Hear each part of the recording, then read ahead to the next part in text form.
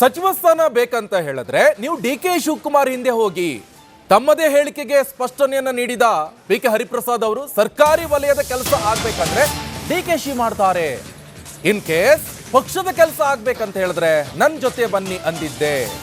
ರಾಜಕಾರಣಿಗಳು ಅಲ್ಲೇ ಹೇಳ್ತಾರೆ, ಅಲ್ಲೇ ಉಲ್ಟಾ ಪುಲ್ಟಾ ಮಾಡಿಬಿಡ್ತಾರೆ. ಅಂಥದೇ ಕೆಲಸಕ್ಕೆ ಕೈ ಹಾಕಿದ್ರೆ ಹಾಗಾದ್ರೆ ಬಿ.ಕೆ. ಹರಿಪ್ರಸಾದ್ ಎನ್ನುವಂತ ಪ್ರಶ್ನೆ.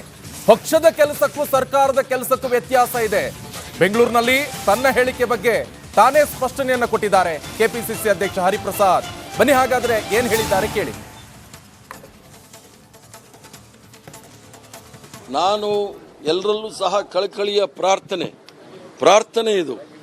ಎಲ್ಲರೂ ಸಹ ಯಾರು ಸರ್ಕಾರದಲ್ಲಿ ಬೇರೆ ಬೇರೆ ಕೆಲಸ ಮಾಡಿದ್ದೀರಿ ನೀವೆಲ್ಲರೂ ಸಹ, ಯಾಕಂದರೆ ನಮ್ಮ ಹೋರಾಟ ಮಾಡ್ತಕ್ಕಂಥದ್ದು ರಾಹುಲ್ ಗಾಂಧಿ ಅವರು ಹೋರಾಟ ಮಾಡ್ತಾ ಇದ್ದಾರೆ, ಮಲ್ಲಿಕಾರ್ಜುನ್ ಖರ್ಗೆ ಸಾಹೇಬರು ಮಾಡ್ತಾ ಇದ್ದಾರೆ, ಸೋನಿಯಾ ಗಾಂಧಿ ಅವರು ಮಾಡ್ತಾ ಇದ್ದಾರೆ, ಪ್ರಿಯಾಂಕಾ ಗಾಂಧಿ ಅವರು ಮಾಡ್ತಾ ಇದ್ದಾರೆ.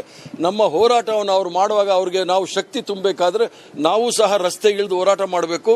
ಯಾರ್ಯಾರಿಗೆ ಅಧಿಕಾರ ಬೇಕು, ಸ್ಥಾನಮಾನ ಬೇಕು, ಅವರೆಲ್ಲ ಡಿ.ಕೆ. ಶಿವಕುಮಾರ್ ಅವ್ರ ಜೊತೆಗೆ ಹೋಗಿ ಯಾರು ಕಾಂಗ್ರೆಸ್ ಪಕ್ಷವನ್ನು ಸದೃಢವಾಗಿ ಬೆಳೆಸಬೇಕು, ಸೋನಿಯಾ ಗಾಂಧಿ ಅವರ ಕೈ ಬಲಪಡಿಸಬೇಕು, ಖರ್ಗೆ ಅವರ ಕೈ ಬಲಪಡಿಸಬೇಕು, ಅವರೆಲ್ಲರೂ ಸಹ ನನ್ನ ಜೊತೆ ಬನ್ನಿ ಅಂತ ಇಷ್ಟೇ ನಾನು ಹೇಳೋದೇ ವಿನಃ ಇದರಲ್ಲಿ ಯಾವುದೇ ಬಣ್ಣ ಇಲ್ಲ. ಇದರಲ್ಲಿ ಇರ್ತಕ್ಕಂಥದ್ದು ಸಂಘಟನೆಯ ಮತ್ತು ಸರ್ಕಾರದ ಈ ಎರಡನ್ನು ಸಹ ಹಂಚಿಕೊಂಡು ಮುಂದೆ ಹೋಗ್ತಾ ಇರ್ತೀವಿ.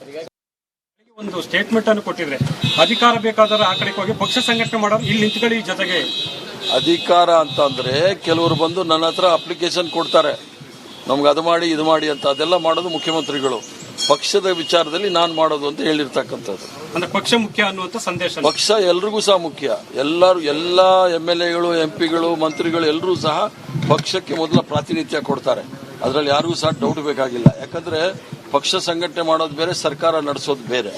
ಆದರೆ ಸರ್ಕಾರ ನಡೆಸೋಕ್ಕೆ ಅವ್ರದೇ ಆದ ದಾಟಿಗಳಿರುತ್ತೆ, ಪಕ್ಷ ನಡೆಸೋಕ್ಕೆ ನಮ್ಮದೇ ಆದ ದಾಟಿ ಇರುತ್ತೆ.